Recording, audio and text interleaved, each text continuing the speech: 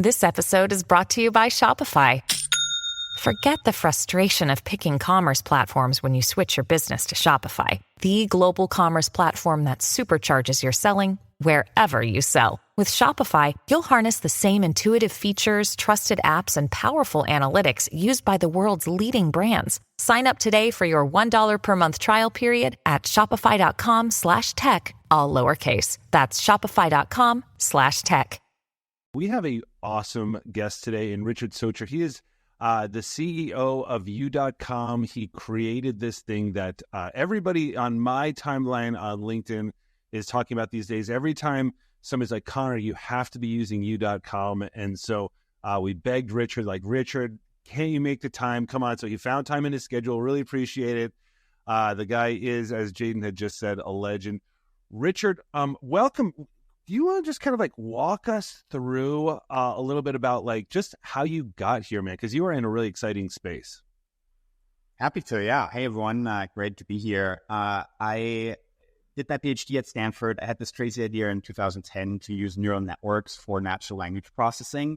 It was a very controversial idea at the time, but turned out to kind of be the right one. And so started after my PhD teaching and the first worldwide first class on neural nets for NLP. Started a company called MetaMind that basically made it very easy to train neural nets for other companies, because this was pre-TensorFlow, pre-PyTorch, and so on. We got acquired by Salesforce. I became chief scientist there and eventually executive vice president, running most of the AI efforts. Had a phenomenal time there. We did a lot of interesting work. We invented prompt engineering in 2018. Paper famously rejected by reviewers publicly, but cited by folks like OpenAI that inspired them to say, hey, you can build a single model for all of NLP. Instead of having one sentiment analysis model and one translation model, you just ask the model, what's the sentiment of this paragraph? What's the translation of that sentence into German? And so that kind of started this idea that I had, been dreaming about for over a decade, which is to have one model eventually, not just for all of language, but for all of AI. And so that's kind of been intellectually what I've been up to. And then in 2020, I thought, well, clearly, if you can have this amazing new capability of natural language understanding processing, the biggest application of all of that is search. So we should work and build a new kind of search engine. Actually, our official name is Suzy for summary search, because we wanted to, instead of giving you 10 blue links, give you real answers, amazing answers. And that led us, we tried a bunch of things until ChatGPT came out. A lot of users told us oh, I'm so used to Google, don't make it too different. But once ChatGPT came out, everyone's like, oh, actually, I could see a different world. So we're the first search engine to really combine a search index with a large language model at the end of 2022. That idea obviously got copied many times by now, but we are still ahead. Actually just did a big benchmark study where we compared a ChatGPT Pro and other smaller competitors. And it turns out users prefer our answers. They're more accurate, they're more helpful, and so on across a bunch of different axes. And so we're super excited. We're opening up APIs now too, and that's U.com and me in a nutshell. That's amazing. Okay, first off, I know Connor's got a million questions, but I just got to get into this one first because I'm super excited. Being someone that is, I have a software company, AI Box, that is building in this space, and we use APIs for a lot of these different things. We let people mix them together. So I just got to say, I'm super excited for the U.com API to come out. And I think I speak for a lot of people that say that. When is that? When can people expect that? So it is already out. You can go to api.u.com and start playing around with it. What the API does not yet have is full feature parity with the actual end user consumer experience. So having amazing citations right within the answers, having the different modes also available as APIs, because especially our research mode is essentially the least hallucinating and pretty much hallucination-free way of getting an answer. It writes almost perfect, Wikipedia articles, personalized for you in that moment, with images and graphs and everything. Genius Mode will write Python code for you and then execute that code and then give you like accurate, mathematically, accurate answers. So all of these things, they're coming in the next few weeks live into the API, but already you can get a search backend that is more acting in Google or Bing because it has many more and longer snippets for your LLMs. And then you can get a full RAG, retrieval augmented generation answers on the API. But in about 2 weeks, you will have those answers also with citations. That's super cool. It's and when I look at it, obviously like there's everybody kind of has their own model and way of doing things. Walk us through those different sort of like parts for you, like the Genius, like you have sort of a paid version of this, everything else. Like, what do users get? And by the way, this is not. I mean, I should say at the outset, like, this is not a commercial. This is just like, tell me more about it. Wait, did you say you get 2 for 1? Like, I don't mean that. I just walk us through like the model and how you decided to set it up, because the user interface for folks is so important. Yeah, for sure. And this is actually something we've iterated quite a long time on. I'm super excited about our new designers and head of product. So here's an example. And for those who only listen, you can go to u.com and ask this kind of question. The question is, explain the background, action, and consequence of the Peloponnesian War.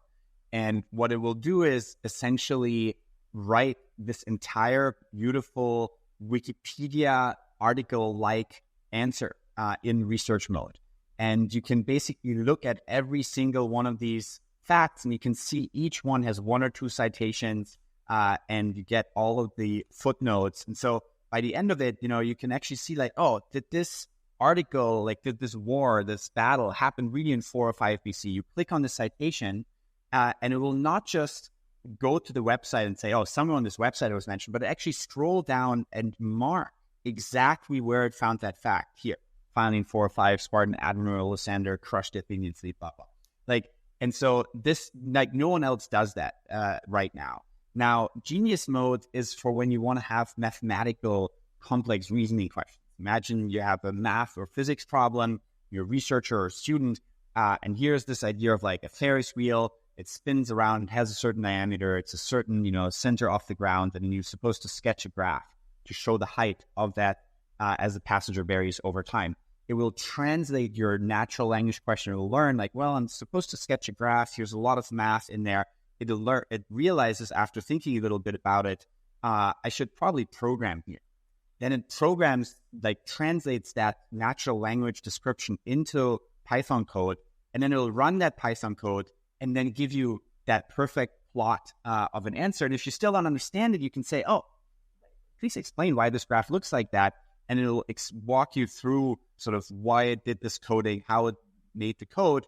And that is what Genius mode is for you. And, it can also combine facts from the internet. They can say, find the population of India and US, and then plot their population, assuming this growth rate. And again, it will find facts online, write the code, and then produce a plot for you. And this works for all kinds of things like complex, like healthcare questions, where citations are even more important. You want to know where the facts come from. If you compare this to something like ChatGPT, the Ferris wheel question here, you just get some kind of very wrong Christmas tree looking grass. And then even for the Peloponnesian War question, like you get some of the same answers, but you have no idea of verifying them. You don't get many citations. You don't know where it comes from. And there are often like hallucinations in that. So that's kind of the main idea of these modes. And then of course, smart mode is kind of where you can just replace your Google experience. So it's just like a quick, factual answers with citations, with images and stuff like that. But it's not as comprehensive. Mm-hmm.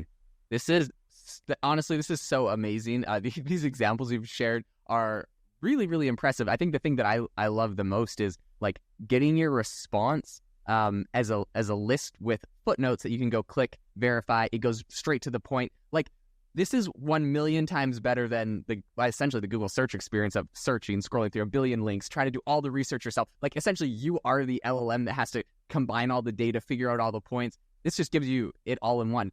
My question for you, Richard, that I'm really curious on, because I think this is an incredible product. What do you think? It just feels like companies like UAI, and there's a couple other different verticals in AI that are doing really impressive things. It seems like you guys are miles ahead. why do you think companies like Google, for example, and there's a handful of others, I feel like I've been kind of waiting for them to come out with some like amazing new features or things, and I feel like they just really have dropped the ball over the last year, honestly. And Connor and I have both talked about this a lot, whether it's their AI products, it's just a lot of different things, and we're just left feeling like unimpressed. Then we look at something like this on UAI, and we're like, oh my gosh, like this is amazing. What do you think? Why do you guys have such a solid competitive advantage here? Yeah, I think it's complicated and depends on who you look at in the competition. For us, it's focused on just amazing answers, right? We don't have to save $500 million of search ad revenue a day, right? Like when you're making this much money, $500 million a day on search ad revenue, you just don't want to change the world that much. You want the world to ideally just stay like that. I mean, they make so much money. They didn't know what to do with it. They built self-driving car, internet balloons, like full proteins. Like they don't know what to do with all this money, but it's nice to have. So you don't want to lose that. So it's a classic innovator's dilemma for Google on a corporate side. And even if they have the technology, which they claim they've had for a very long time, they just don't want the world to change too much in making so much money. And when you actually double click into the search space for a while, you realize that when you have such a monopoly, new things happen. You can change the user experience and make it ever so slightly worse without people noticing too much because they don't know that there's any other alternative out there, right? And Google paid Apple $15 billion a year to be the default, right? And then make it quite hard for people to change that, though that is also changing now in the European Union and maybe in the US in the future. But basically, what Google has learned is that the worse they make the organic links, and the more relevant the ad links are on top of the results, the more you click even more ads, they make even more money, right? And so when there's no competition, that you can get away with doing that for years.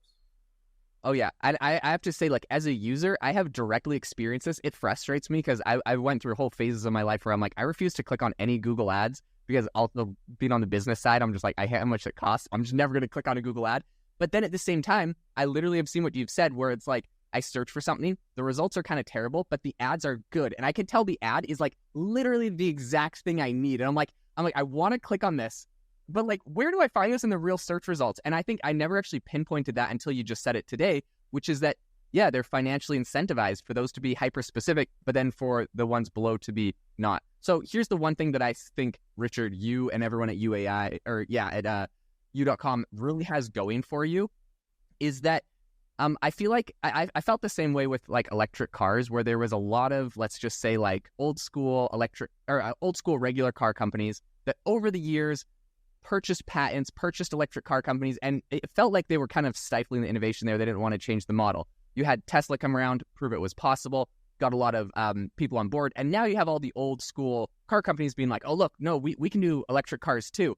Personally, like, I feel like very conflicted on this, and I'm like, I don't want to support any of the companies that like had these kind of like, the Volkswagen scandals or with Dieselgate and stuff. Like, I don't want to support the companies doing, because like, I'm like, your track record isn't good and you're just doing it because someone else, it feels like, is beating you. And I think you guys are going to benefit a lot from this. Making these incredible search results, your number one priority is just to make the best search results. And so even if Google and Bing and everyone else just decides, oh my gosh, we're going to completely change and just clone and copy like you.com exactly. It's like, look, guys, like you missed the wave. And so I think there's probably a lot of consumers that feel that. And of course, you guys are going to continue innovating. So you'll be miles ahead by the time it happens. But I think that's something that you'll benefit from a lot for sure. I think that makes sense. And yeah, you're right. We continue to innovate and build new things. I'm super excited for the stuff that's coming out in the next few weeks and months. And also the partnerships. We already have several of the top Gen AI companies like Deep AI and so on using our APIs for some of their answers. And we're excited to expand that because it's kind of how, and this is a weird thing for startups, because generally for startups, it's a bad idea to do B2C and B2B at the same time. But somehow every successful company in our space ends up kind of doing that, right? You have the OpenAI, Anthropic, they have a consumer experience, but they also have APIs to help others kind of benefit from that technology. Yeah, it's such a great conversation. And I was thinking the same thing about the innovator's dilemma. And Jaden and I have talked about it at length with Google, like, because there's no reasonable reason why they shouldn't be so far ahead of everyone.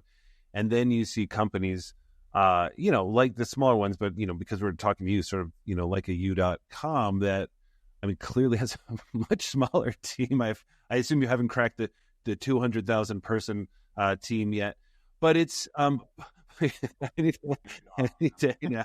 But it's funny what you say about sort of like again, it's more than just the innovator's dilemma. It's like, what are their other competing interests? And I find this. So I go out and I train a lot of companies on generative AI, and the one industry that I've never been able to crack into is legal. And I'm like, legal is like so prime for disruption, but it almost feels like, and sorry to all my lawyer friends out there, but there's like this agreement of like, nobody uses because it's going to absolutely crush the billable hour and crush their entire business model. I don't think they're ready for that. And I think that you're right, sort of to get in on this space. So I have a lot of questions, but just maybe staying there for a second. You decide to go into this space like search. I mean, search is dominated. So is this kind of like part of your personality, or you just see like, what, we have a good product? Now, by the way, this is playing out because, again, people love your product, but I mean, what's that like to go up against that, and why search? And did you ever even consider sort of like doing something a little more niche or weird or something like that? Or how did you think about that? Yeah, it's a good question. It is generally a bad idea to build something that complicated with such a dominant player. And I would discourage most startup founders from doing that. Right. I did my first company, right? It was a solid B2B enterprise play. We built useful technology. We had an amazing exit, and and folks were happy. So that is part of it. I personally am very driven by impact. And I thought for a long time in the 2010, 2020, like that decade, the biggest impact I could have with, the skills I have and the kind of work that I enjoy doing is on the research side, because NLP, AI didn't work. But now I actually feel like, okay, AI does work pretty well. And then I thought about, okay, what's the biggest impact I could currently have with this? And I do think actually that we're entering a new step function of human productivity with AI. And when you look at the past, when that happened, it changed the whole human condition. When 90% of people work in agriculture like 150 years ago, most people think about that. They don't have a lot of free time to think about more interesting scientific advances and so on, maybe even politics, right? They're just like trying to put food on the table. Now that we can automate that, we are becoming a more interesting species. And I think that will be true again with AI. And it often starts with the right answers to complex questions. And so that to me was just the biggest impact thing. And then I'm very much a top-down thinker. I'm just like, I sort of bite hard into the top problem, and then I just keep trying to work on figuring it out. And, sometimes it takes time, right? Like when I try to convince the NLP community to use neural nets, a lot of papers got rejected. A lot of people are like, why are you doing this? This is stuff that didn't work in the 80s. Like, it makes no sense to think of words as vectors and lists of numbers instead of discrete entities and all of these things. And so, but sometimes when you're so motivated about the end solution and the sort of problem that you're trying to solve, it's okay to go through long periods of confusion or people rejecting your idea and thinking that doesn't make sense. Now, of course, it is changing. Now there's actually more and more competition. So I moved away from the space of like, no one cares, no one thinks it's the right thing, to like, oh my God, everyone's copying it. Like, we have a feature and like 3 to 9 months later, like that feature has like 50 copycats. So it's a different world that I'm still in some ways adjusting. That's amazing. Okay, so one thing that Connor and I both love to ask people about, especially when we have someone like yourself who it feels like you kind of have a very unique perspective on what's going on in the market. I think specifically yours. I would love to ask you, what are some of your predictions about the future of AI in search? Because I think this is a huge shift, right? Like you mentioned, we have Google, who's kind of been this monopoly for a long time, who's kind of dominated the space for a long time, billions of dollars. But it truly feels like we're making shifts. I've talked to Connor before. We are both completely changing our search habits. I'm pretty sure Connor hasn't used Google since all these AI tools came out. Connor hasn't used Google in like a year. So, like, tell us a little bit about where you kind of see this going and some of your predictions for AI in search. Yeah, I wish I'm kind of German still, in the sense that I'm not as strong and boisterous in the marketing department, and I'd much rather under promise and over deliver. So I wish I could tell you we're going to be the next dominant $1 trillion search chat monopoly, but I do think actually that might never be possible again. I think like when 20 years ago when Google came out, you would compare Google Answer to any other search engine at the time, and it was just a night and day difference. They just had a quality that no one else had based on their technology. But, we just did this big benchmarking study where we compared our answers, and I gave you a few examples where that kind of is like visceral and obvious, but share my screen here for a second and show you, we asked users, hey, how often do you prefer our paid mode answers versus ChatGPT paid, our smart mode free answers versus like Perplexity and ChatGPT free and so on, and all the paid versions. And like, basically we, like asked them a bunch of questions, and it ended up being such that, we are actually more comprehensive, more accurate, more faithful, not always more concise, but similar in clarity to than ChatGPT 4+. So what does that tell us? Well, it tells us that at least there are at least two players that have really high quality, right? And so it's hard for one player to just dominate the space so much and build this massive monopoly because like other folks are able to have even better quality. Now, we're still smaller than ChatGPT by a large margin. And so it's hard for them to be able to build that massive monopoly. So long story short, I think instead of one or two like $1 trillion companies, we are going to see maybe half a dozen or a dozen like $100 billion types of companies that will start to take away more and more of what we used to traditionally call search engine. We're actually now calling it AI assistant. Because the truth is, when people think of search outside of the tech bubble, they think of search, they're like, okay, it's Google, it's 10 links, and I'm never going to change it. I don't even know. I think it's just a default thing in my browser. Like some people mix up what a browser and search engine is, right? And so, but when you say AI assistant, they're like, okay, that's usually $20 a month. Like that's more useful. Now it can look different and have different feelings and experiences and so on in the user and for the users. And so that is where I think the future is going. I think we are both expanding and chopping up the market. Like, because you wouldn't ask Google these questions I just gave you, like explain the action consequences in conclusion of the Peloponnesian War or solve this math problem for me, because Google wouldn't actually write code and solve a math problem for you. So you're expanding the space of queries, and then you're also taking away some of the queries that you would have traditionally done on Google.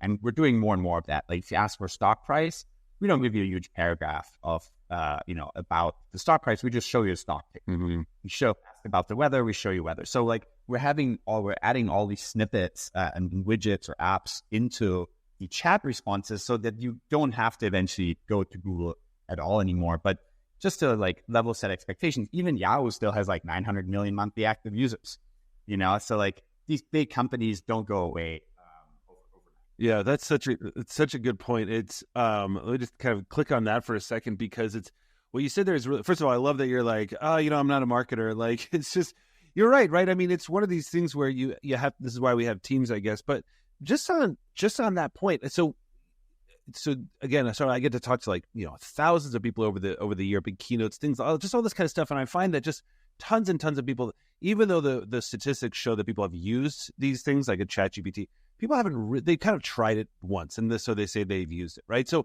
and when people aren't using it consistently, clearly they're not using it. And I think that, especially the three of us really live in this bubble, right? You kind of referenced it. So my question on that is, it's not even just marketing. It feels like you're trying to figure out what even people want, because I don't even think people know what they want yet, which is really interesting, right? So it's sort of one of these things where, when I'm demonstrating what generative AI is, when I show people, it's like I'm doing black magic on stage, right? I mean, people just cannot believe it.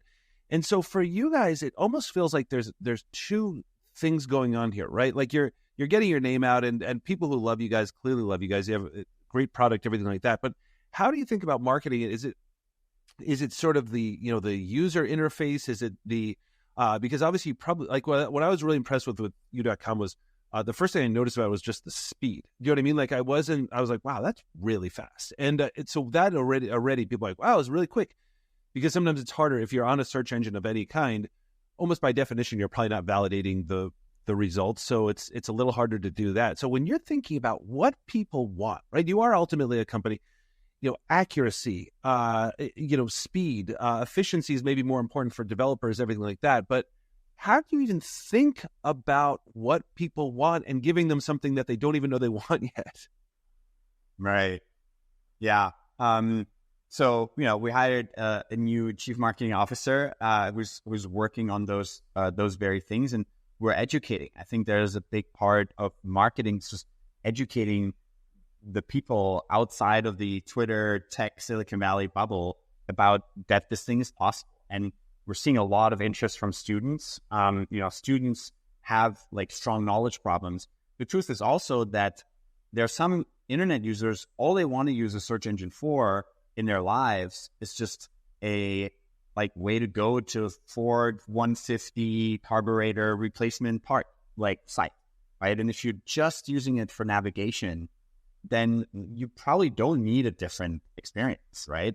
It's the people who actually seek out knowledge on a continuing basis, which is developers, students, knowledge workers, consultants. They really benefit. They become much more productive. But for people who just use Google like a yellow pages thing, and they just, almost just type in, in my user studies, a couple of years ago, I watched this user use us, and I'm like, okay, how do you use Google? And really, she just wanted to go to facebook.com. But what she did is she typed in google.com in the browser bar, then typed in facebook.com into the Google search bar, and then clicked on facebook.com on Google. That's how she thought you would navigate the internet, right? And so when I saw that, I was like, okay, it's got to take a long time to get to those users. And honestly, sometimes some of these users you will only get to if you're a default, or make it a very easy way to choose the default. And so I do actually generally not a big fan of over-regulating, especially novel areas, but the EU did do us a major favor, and I think they're the consumers too, enforcing Apple and Google in the EU to have a choice screen that pops up and say, hey, you can choose your search engine. Because most people aren't even aware that's a possibility. So that, there's the early adopters, the, later early adopters, and then there's the very late adopters. And some of those, it'll be hard to get to without major changes in our ecosystem. I just made a huge realization when you were talking about this, and I was kind of thinking about the way that we use these tools. I've had the conversation with people before where I'm like, oh yeah, there's this, ChatGPT, or there's u.com, or, there's these tools, and it's $20 a month and you get all these things. And I've heard people be like, oh, but why? It's just why does it cost any money? I just want to use a free Google or whatever.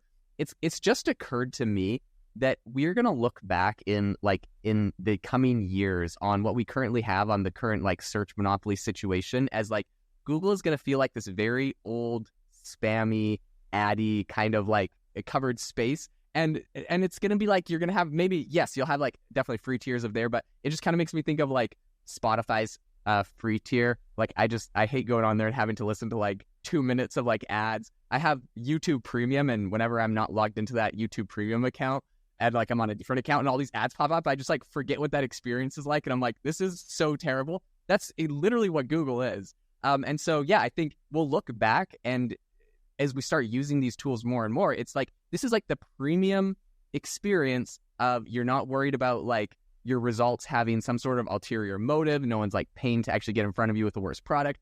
And anyway, so I think overall for the consumer, this is so much better of a product. One thing that I'd love to ask you about, Richard, is what are some common misconceptions that people have about this area? Some things that people are getting wrong, perhaps, that you can dispel some myths for us in this field. Yeah, that's a good question. I'll have to think about that a little bit. I mean, at a very high level, people think that I guess there are different kinds of people have different kinds of misconceptions. I think some high-level users think there's AI is a hype bubble, right? So that's a huge misconception. AI is here, obviously, to stay. Maybe you won't be able to raise $100 million in a seed round to build an open source model with unclear monetization in a couple of years, but AI companies will stay for a very long time. I'm a investor in a lot of companies. I've been very fortunate. The Hugging Face founders took my class. I invested in their first round at a $5 million valuation. So I think there's an amazing amount of impact that AI has, and that will never go disappear, right? I think at some point it may almost disappear in the sense that it's so ubiquitous that people just don't even call it AI anymore. It's just like, oh, it's my assistant. Like, of course, my assistant is digital. I can't afford it, a human assistant or something like that, right? But so I think that's one misconception from some users. And then on the really technical users, some have a misconception of like, oh, U.com, it's just like Google plus ChatGPT wrapper, right? But then it's like so much more complexity to make it and give millions of answers a day where, you say something personal, SmartLearn will pop in and say like, oh, it says you love hiking and you have 2 kids. Like, I'm going to save that. And then 3 months later, if you ask, oh, what should I do in Hawaii? Like, they'll be like, hey, you mentioned you like hiking before, so here are some good hiking trails and stuff like that. And then there's like knowing when to actually search the web. Searching the web, it's like a little bit extra cost. And if someone asks for a poem, you don't want to like search the web and give a citation for each line of the poem to their wife or something. And it makes no sense. And so they're just so much. The citation logic itself is also actually quite complicated. Like how to cite the fact. Like we actually did a study. We're a lot of scientists, and so we looked at some of our competitors who were like able to like really quickly add citations to sentences, and we're like, wow, it's like milliseconds faster than we are. And then we did an accuracy study. Like you actually look at how often when there's a sentence and there's a citation behind it, how often is that fact actually mentioned in that cited link? And it turns out some of our competitors, it's like 50% null. So they add half the time, they just add random citation links behind random sentences, hoping users don't find out. But we think that really undermines the whole space. So there's just a ton of complexity, and maybe that is one misconception of like, oh, this shouldn't be that hard. Everything gets really, really hard at scale and at higher accuracy. Richard, this has been absolutely awesome. I know we're just about at time. I want to kind of give you the last word before Jaden closes us out.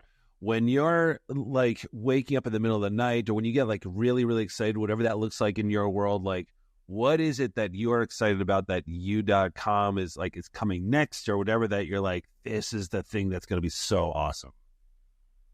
I think the 2 things. One is I think U.com will be maybe by next month even much more about you.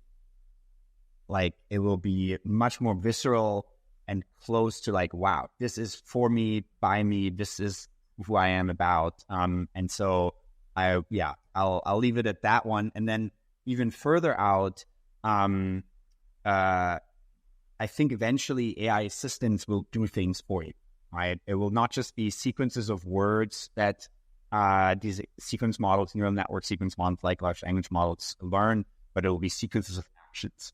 And at some point, you expect your AI assistant to just get things done rather than just tell you the right answers and where to do it. I love that. Well, I definitely want to get you back on the podcast as some of these exciting announcements are coming back or coming down the pipe to talk about them, announce them. Richard, thank you so much for coming on the podcast today. To the listener, thank you so much for tuning in to the podcast. We'll leave links in the show notes to U.com where you can learn more about and try out the platform. Thanks so much for tuning in. Make sure to leave us a review wherever you get your podcasts, and we hope that you all have an amazing rest of your day.